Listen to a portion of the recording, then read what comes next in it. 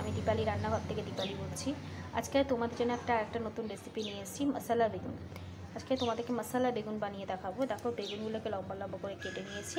মশলা বেগুনের জন্য লাগবে রসুনটাকে আমি থেতো করে রেখেছি। এখানে একটা বড় গোটা কোয়া রসুন নিয়ে থেতো করে রেখেছি। এখানে একটা বড় পেঁয়াজ নিয়েছি। এই বেগুন মশলা বেগুনের জন্য বেশি মশলা লাগবে না, নামটা মশলা বেগুন, কিন্তু অল্প মশলা দিয়েই করবো, কিন্তু হেবি টেস্টি হবে। ধনেপাতা কুচি আছে, মশলা লিখব, নুন দেব, এখানে আছে ভাজা মশলা, জিরে ধনে গোলমরিচ, হলুদ দেব, কাশ্মীরি লঙ্কা দেব, আমচুর পাউডার দেব, আর দেব গরম মশলা। তো চলো করি। প্রথমে বেগুনগুলোকে আমি হালকা করে ভেজে নেব। দেখো, কড়াটা বসিয়েছি, কড়াটা আমার গরম হয়েই গেছে। এতে একটু তেল দেব। প্রথমে অল্প তেল দেব, বেগুনগুলোকে যেহেতু হালকা করে নেড়ে তুলে নেব। তেলটা গরম হোক। দেখো, তেলটা আমার গরম হয়েই গেছে। এবার আমি এতে বেগুনগুলো দিয়ে দেবো, সবকটা বেগুন দিয়ে দেবো।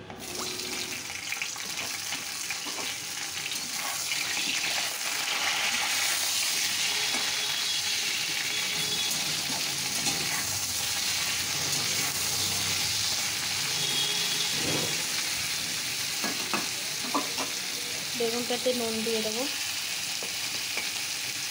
1 চামচ, কারণ মশলাতেও নুন দেবো, তাই জন্য 1 চামচ দিলাম।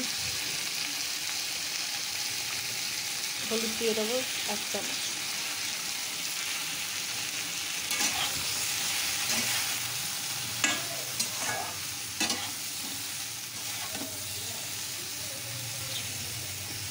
দেখো, বেগুনটা এমনি হালকা হালকা আমার লাল ভাজা হয়ে গেছে।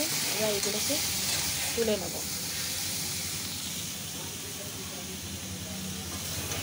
বেগুনটা বেশি ভাজলাম না, কেন তাড়াতাড়ি গলে যায় বলে, তাই জন্য আমরা অল্প ভাজবো। বেগুনটাকে আমি নেড়ে এর মধ্যে ঢেলে নিয়েছি, হালকা ভেজে নিয়েছি, কেন বেশি ভাজলে বেগুনটা গলে যাবে, তাই জন্য। এবার এতে তেল দিয়েছি, এখানে কালো জিরে ফোড়ন দেবো।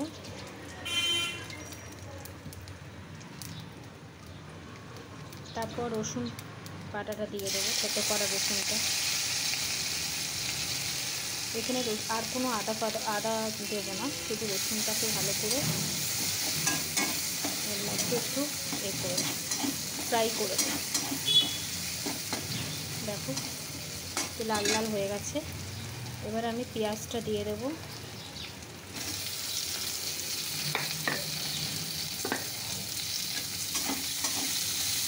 আমি তো এখানে বেশি তেল দিইনি, কম তেলই দিয়েছি। বাচ্চা বড় বয়স্ক মানুষ সবাই খেতে পারবে।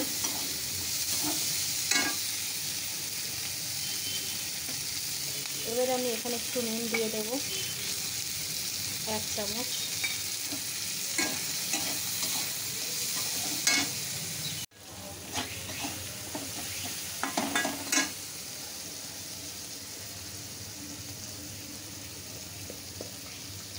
এক চামচ হলুদ দিয়ে দেবো। কাশ্মীরি লঙ্কা 1 চামচ দেবো। সামান্য একটু জল দেবো।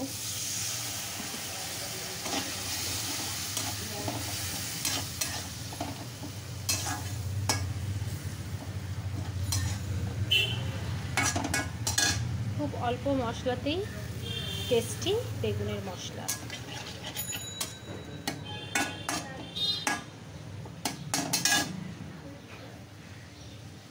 এবার এতে দেবো ভাজা মশলা, ধনে জিরে গোলমরিচ আছে 1 চামচ।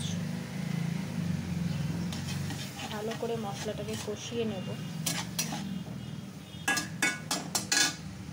এবার দেবো 4টে কাঁচা লঙ্কা।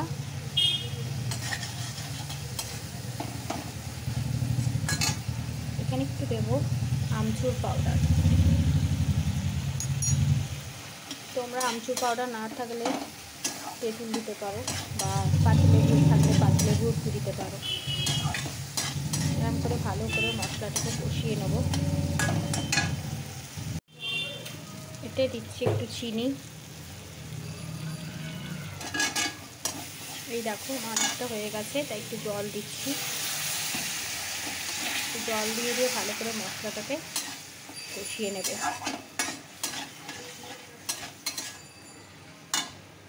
দেখো এটা অনেকটাই ফুটে গেছে। এবার আমি বেগুনগুলোকে সব দিয়ে দেবো।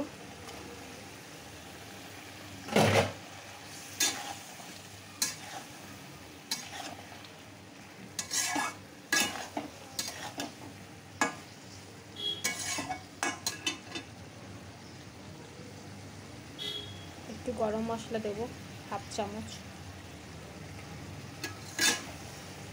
এরকম মাখা মাখাই হবে।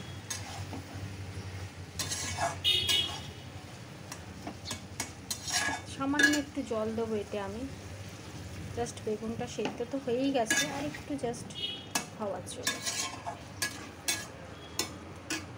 দেখো ধনেপাতাটা ছড়িয়ে দিলাম। বেগুন মশলাটা আমার হয়ে গেছে। আমার এই ভিডিওটা ভালো লাগলে তোমরা লাইক কমেন্ট করতে কিন্তু ভুলো না। অবশ্যই সাবস্ক্রাইব করো, প্রচুর প্রচুর শেয়ার করো সবাইকে, তোমাদের বন্ধুদের, আত্মীয় স্বজনদের। কেমন? Ta-ta, by.